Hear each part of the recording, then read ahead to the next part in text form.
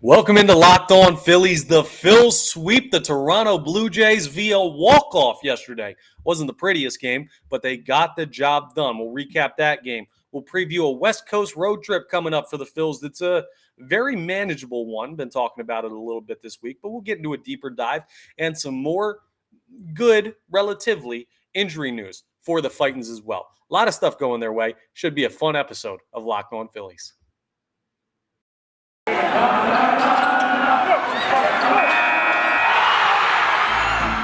You are Locked On Phillies, your daily Philadelphia Phillies podcast. Part of the Locked On Podcast Network, your team every day.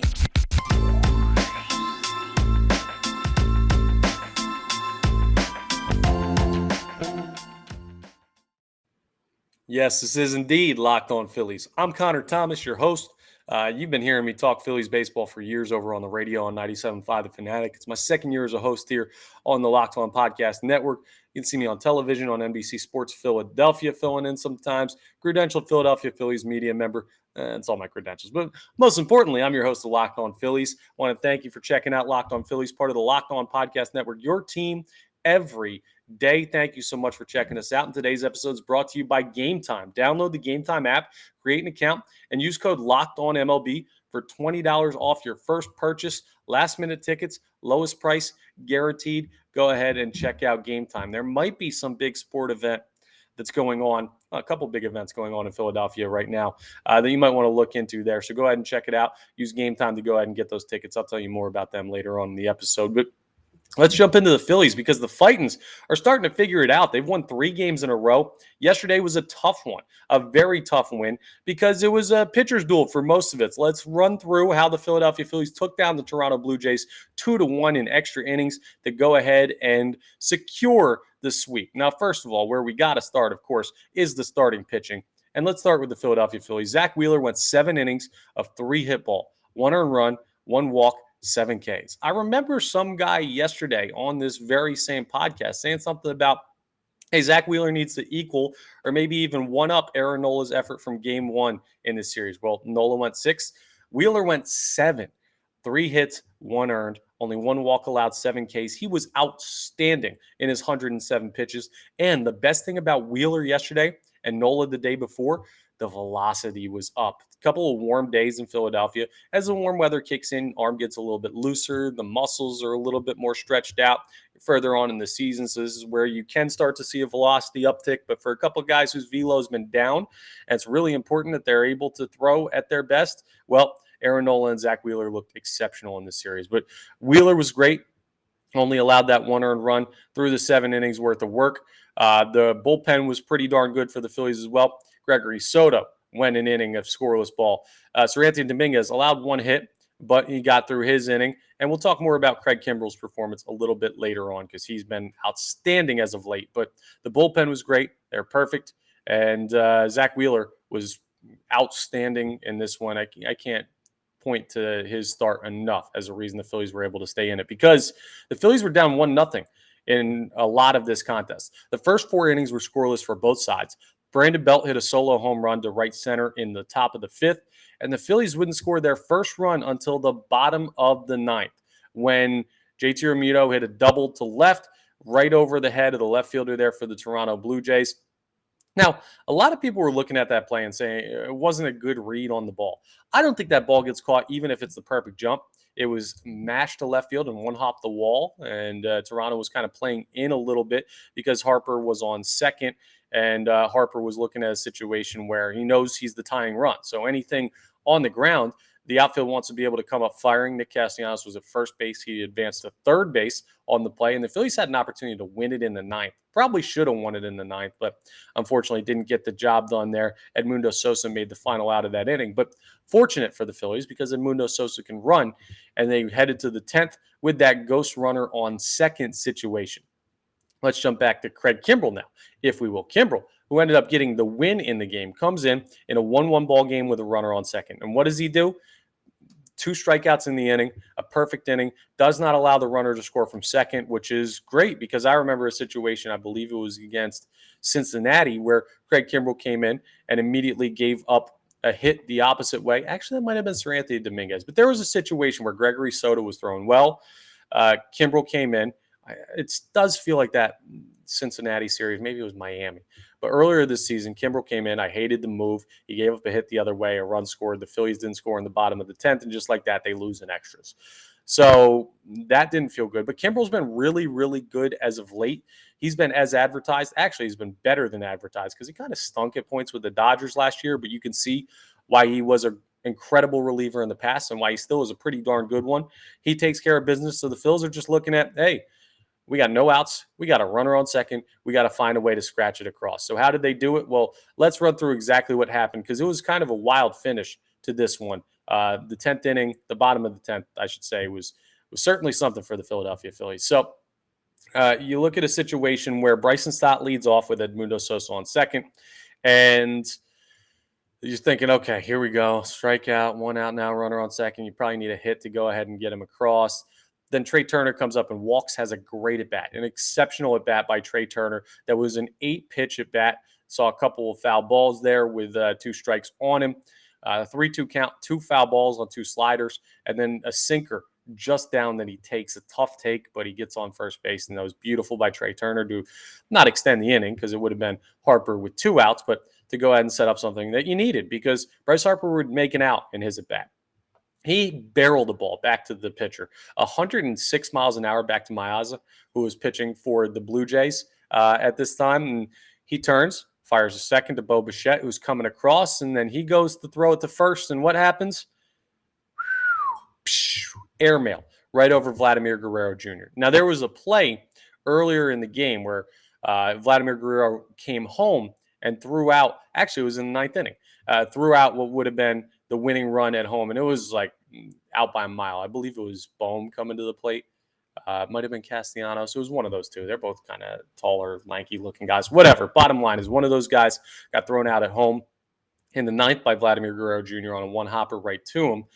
So Guerrero gets the ball after it careens off the fence over by the Phillies dugout. He goes to throw home, but it's too late to get Edmundo Sosa, who slides in safe. Sosa hustling the whole way. That's a tough thing to do. A lot of players, now it's different if it's to the middle infield, right? If you're on second, and let's say a ball gets hit to shortstop, and that plays in front of you. You see the ball, you're like, okay, 1 hopper to the shortstop. No, they're going the short way to second. No, they're going to try and turn 2 to go ahead and get out of this and set up a situation where they can move on to the 11th. So I'm going to round third hard because I know the throw's going there and see, but that's when the play's in front of you. When there's a smoker back to the pitcher and he makes that play, it takes a little bit longer to process mentally what's happening, especially for a guy on second base who that's probably not totally in his eye space. Like plays in front of you are much easier to read than plays where you got to turn your head to the left and check and see what the pitcher's doing. Edmundo Sosa dug the whole way. Dusty Wathan made a great call at third to go ahead and send him home when that throw got over, and just enough time. So hustle play by Edmundo. Great work by Bryce Harper to leg it out to first base to make that play difficult. He wouldn't have beaten it. If that throw was on line, Harper was out, the inning was over, and we're moving on to the 11th. But thank goodness it was not. And you steal a game where, I haven't even mentioned the name, but let's talk about Kevin Gausman real quick and what the Phillies overcame. Gausman was outstanding in this game. He was better than Wheeler. He went only 6 innings, but it was 6 innings of 3 hit, no earned, 9 strikeout ball. Shutout 6 innings against the Philadelphia Phillies, and he looked untouchable. Now, it was a 4:05 start, which was kind of weird timing because the shadows got really, really bad there in the middle innings. And not to take anything away from Zack Wheeler and Kevin Gausman, but it was difficult on the hitters to go ahead and make something happen. So huge by the Phillies to scrape one across late to extend it and then find a way to get Edmundo Sosa across the plate in extras. That was perfect. And they earn an off day today. Well, they would have had one anyway, but they earned it by getting that win. They can rest up. The Phillies next take on the Colorado Rockies. That game is tomorrow night at 8:40 p.m. Eastern Standard Time. Go ahead and check out every pitch of the Phillies hometown broadcast on the Sirius XM app. Just go to the SXM app and search Phillies, and you'll be able to hear that. And we got a bit of a West Coast swing coming up here. 2 series out on the West Coast. let's break it down coming up next and discuss a little bit about what the expectations are for this road trip and what the Philadelphia Phillies are looking at. So we'll get into all of that and take just an overview. We'll do a deeper dive tomorrow on the Colorado Rockies series and everything going on there. But we'll jump into that next as we continue Locked On Phillies. All right, I want to tell you about my friends over at the Gametime app. They're the sponsor of this episode, and I got to tell you a little bit more about them now. Buying tickets to your favorite events should not be stressful. Shouldn't be at all. There's things like timing and seating and price and all this stuff. There's a lot of factors. So, how do you make it as easy as possible? Well, Gametime is the fast and easy way to buy tickets for all the sports, music, comedy, and theater near you. They got killer deals on last minute tickets and their best price guarantee. So you can stop stressing over the tickets and start getting hyped for all the fun you're going to have. You got to forget planning months in advance. Don't worry about it. Gametime has deals on tickets right up to the day of the event. Oh, I'm recording this on Thursday. Is there an event today? Oh, yeah. The Sixers have a chance to move past the second round for the first time since 2001. That's the first time in 22 years. They can close out the Boston Celtics at home at the Wells Fargo Center. You might be listening to this at 4 o'clock Thursday afternoon and say, hey, let me hop on Gametime and see what tickets are like to the Sixers Celtics Game 6. It's going to be an awesome one. Go ahead and check that out. Taylor Swift's in town this weekend here in Philadelphia. If that's more your speed, go ahead and check it out. You can get exclusive flash deals on tickets for football, basketball, baseball, concerts, comedy, theater, and even more than that. The Gametime guarantee also means you'll always get the best price. If you find tickets in the same section and row for less, Gametime will credit you not just 100%, 110% of the difference. Plus, so many nice features like getting images of your seat before you buy. You can buy tickets in a matter of seconds, just a couple of taps and you're set. Tickets are sent directly to your phone, so you never have to dig through your email. It's perfect. Gametime app is a lifesaver. So download the Gametime app, create an account, and use code LOCKEDONMLB for $20 off your first purchase. Terms apply. Again, create an account and redeem code LOCKEDONMLB for $20 off. Download Gametime today. Last minute tickets, lowest price guaranteed.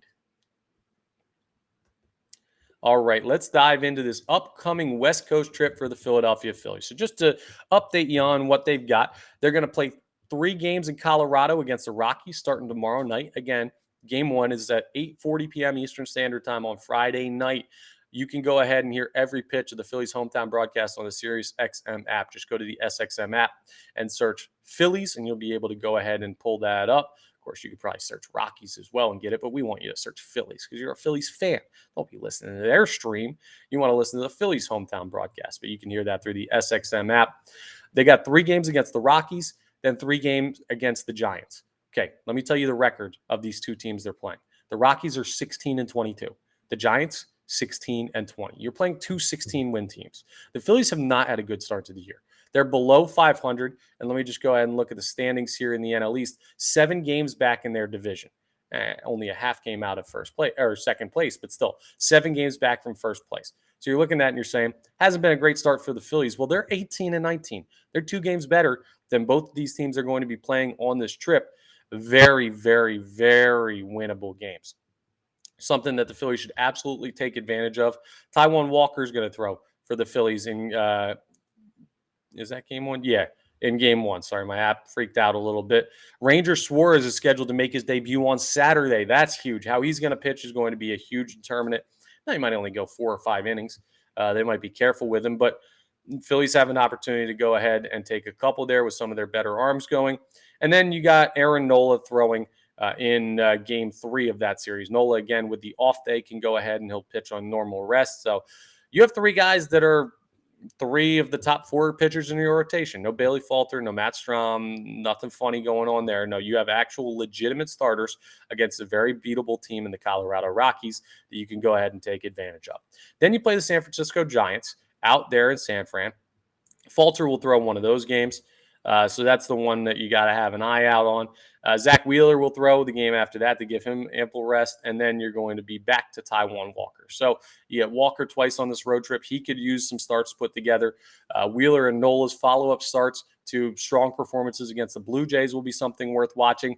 And you're looking at a situation where Ranger Suarez, well, of course, he's the biggest start of the road trip in my mind. Seeing what he has available after being on the injured list with a forearm strain and going through all that rehab and everything like that. How does he look How does he get stretched out? It's his first start of the year, and we're in mid-May. So definitely going to be a big boost, a shot in the arm to the Phillies rotation if Ranger Suarez can be really good in this series against the Rockies and have a good start against that. I mean, on top of that, the pitchers that the Phillies are seeing, uh, Gomber for the Rockies, Feltner, who else throws? Freeland. Now, Kyle Freeland's a good pitcher, but still, Giants, you're getting Mania, who's been okay. He's not as good as he's been in past years. Cobb and Stripling. You're not looking at the top arms in Major League Baseball by any stretch of the imagination. Frankly, the Phillies might have the better pitcher in every single one of the matchups that they have, besides maybe the Billy Falter game against Mania. But that's something Bridge will cross when we get to the Giants series. Now, the Phillies, as far as playing the Colorado Rockies, well, they've seen them already this year. They hosted the Colorado Rockies, and they took 2 of 3 against them. But it started with a 5-0 shutout by the Rockies. Then the Phillies won 4-3. Then the Phillies won 4-3 again. You remember that? It was the back-to-back 4-3 games to end that series, to salvage a series win. Oh, sorry, 4-game set. I completely missed one. They won 3 of 4 against the Rockies with a 9-3 win in the final game. And they got mixed up because the next logo down there is the Mariners and kind of blend in a little bit. So the Phillies are 3-1 against the Rockies this year. It looked like they finally figured something out in that final game. And that 9-3 game that wasn't the Kyle Freeland game. I believe Kyle Freeland pitched one of the 4-3 victories that the Philadelphia Phillies went. Yeah, he pitched the 3rd game of that series. So the Phillies already beat him. So confidence there. I mean, the Rockies are a beatable team. You look at a 3-game series, and the expectation is 2 of 3.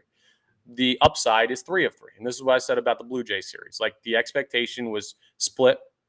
The upside was sweep. They had to work hard to do it. And took 10 innings in the 2nd game, but took care of business. Oh, by the way, and you probably already knew this because the episode I put out yesterday, the news broke right after I recorded, but Kyle Schwarber seems to be fine. Played through his foot contusion that was possibly going to keep him out. Played yesterday. So that's all good news. He's healthy. We'll talk about more injury news coming up in the final segment for the Philadelphia Phillies, but that's good news. He'll be available for the series against the Colorado Rockies. But yeah, 3-1 against the Rockies this year. The pitchers that threw in that early series against the Rockies too, Matt Strahm, who the Rockies will not see anymore because he's in the bullpen. They might see him in the bullpen, but won't see him there. Game 2 of that 4-game set was Aaron Nola. Game 3 of that 4-game set was, you're looking at a situation where, sorry, I'm still on the Rockies page. Game 3, all these games seem to run together at points. Christopher Sanchez made that start. And then the final game of that series was the Zack Wheeler start. So the Phillies won games by Nola, Wheeler, and Christopher Sanchez, and they lost a game by Matt Strahm, who's not going to be throwing against them. So far, we're looking at, okay, pitchers you're going to see have beaten the Rockies already this year. They haven't beat any pitchers that are in the rotation that they're going to see. All of this points towards the Phillies should be able to handle a sweep. The expectation for this road trip is 4-2. That is the expectation. That is the minimum. The upside is 5-1. The lofty goal, of course, is 6 wins, go on a run. But it's hard to put together wins like that. It's tough, especially knowing Ranger Suarez is making his first start of the year. And you have a Bailey Falter starting there who hasn't been quite that good this year. So proper expectations, 4-2 road trip. We'd be super happy with that coming back to Philadelphia, getting geared up to later on in the month have your first big-time divisional series of the year. Not the Marlins, but talking about the Braves and the Mets back-to-back. So there you have it. That's what I'm looking forward to the road trip. And coming up, we're just going to discuss a little bit of Phillies injury news like I've been mentioning. Good stuff, not great stuff, but good stuff and much better than it could have been. So I'll tell you exactly what I'm talking about as we wrap up today's episode of Locked On Phillies.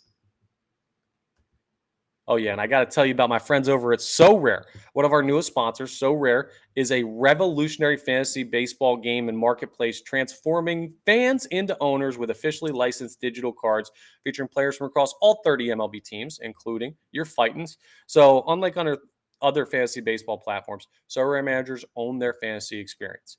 What happens is you collect, buy, sell, and compete with player cards that you hang on to against global opponents to win epic rewards. Win or lose, you still own your cards, and there's no cost to play.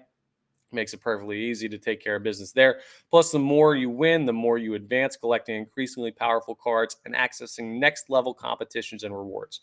So go ahead and check this out. I mean, you might be saying, what are next level types of rewards and competitions and everything? Well, of course, as you win games, you get leveled up to different competitions, and they happen in a 3 to 4 day cycle is when the MLB game weeks happen. So twice weekly. It's quick hit. It's nice and easy to keep track of. And at the end of game weeks, so rare MLB managers who rank at or near the top of their leaderboards will win a variety of rewards, which can include so rare scarcity cards, make your team better, nice, game tickets, even better, merchandise, whoa, signed jerseys, and VIP experiences like meeting MLB stars. It's awesome. Now, prizes obviously vary depending on the competition, but you got an opportunity to level up your team and get in the mix for some of those great prizes. So head to sorare.com/locked on. That's spelled SORARE.com to draft your team of free player cards, set your lineup, and start competing today to win epic rewards. Again, that's sorare.com/locked on to start playing today. All right, the injury news I've been telling you about as the Phillies get ready to take on the Colorado Rockies. Want to let you know one more time. 8:40 p.m. Eastern Standard Time is the game for tomorrow night, Friday night. So enjoy your Friday night out. Maybe you're having a couple pops and you don't have a TV in front of you. Maybe you're sitting out. The weather's been nice here in Philly. Well, you can hear every pitch of the Phillies' hometown broadcast on the Sirius XM app. Just go to the SXM app and search Phillies there, and you'll be able to hear the Phillies Rockies matchup. But Jose Alvarado was placed on the 15-day injured list because of an issue with his wrist and soreness in his wrist. And now it's turned to elbow inflammation, as you can hear the cop cars going by or ambulances or whatever. Sorry about that background noise, folks. Part of living in the city of Philadelphia these days. But anyway, Sir Anthony, sorry. Lost my train of thought. Jose Alvarado was placed on the 15-day injured list. He's been one of the best relievers, not just on the Phillies team, but in baseball this year. An incredibly hot start. And when you hear elbow issues, there must be some other stuff going on. Well, it turns out it's minor elbow inflammation. Shouldn't miss more than the 15 days. Should be able to come back short of a setback. It's not anything major, which is huge news. So that's comforting when it comes to Jose Alvarado. It's not good that he's having elbow issues on May, what's today, the 11th. But I mean, he's had a lot of use because the starters haven't been going that deep. He's one of the more reliable arms in the Phillies bullpen, probably the most reliable arm. He's certainly the most talented right now. As far as reliable, yeah, it's probably him as well, and he's been incredible to start. It's a shame the Phillies are going to miss him for a couple weeks, but better than what it could have been. So that's some good news on the Jose Alvarado front.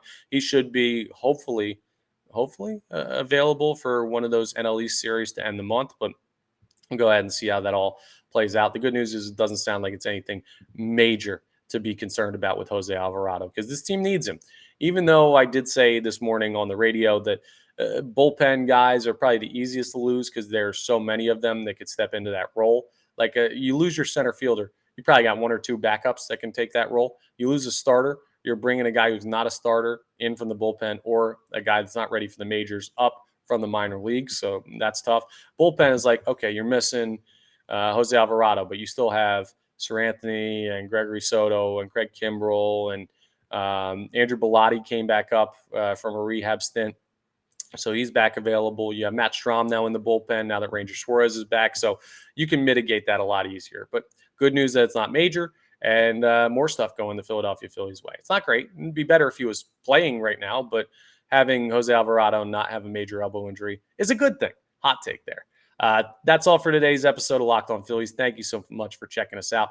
Make sure you're rating and reviewing wherever you consume your podcast. If you're not watching on YouTube, check it out on YouTube and go ahead and subscribe. It's a great way to consume Locked On Phillies because you get notifications when new episodes are posted. So hit that subscribe button. It helps me out, helps you out. It's a win-win. So go ahead and do that. And that's all. It's an off day. Enjoy the night. Sixers, big game tonight. Go Sixers. Go Phillies. City of Philadelphia has been on a sports hot streak recently. Hopefully they keep it going, and hope you enjoyed the off day. We'll talk more tomorrow on the next episode of Locked On Phillies.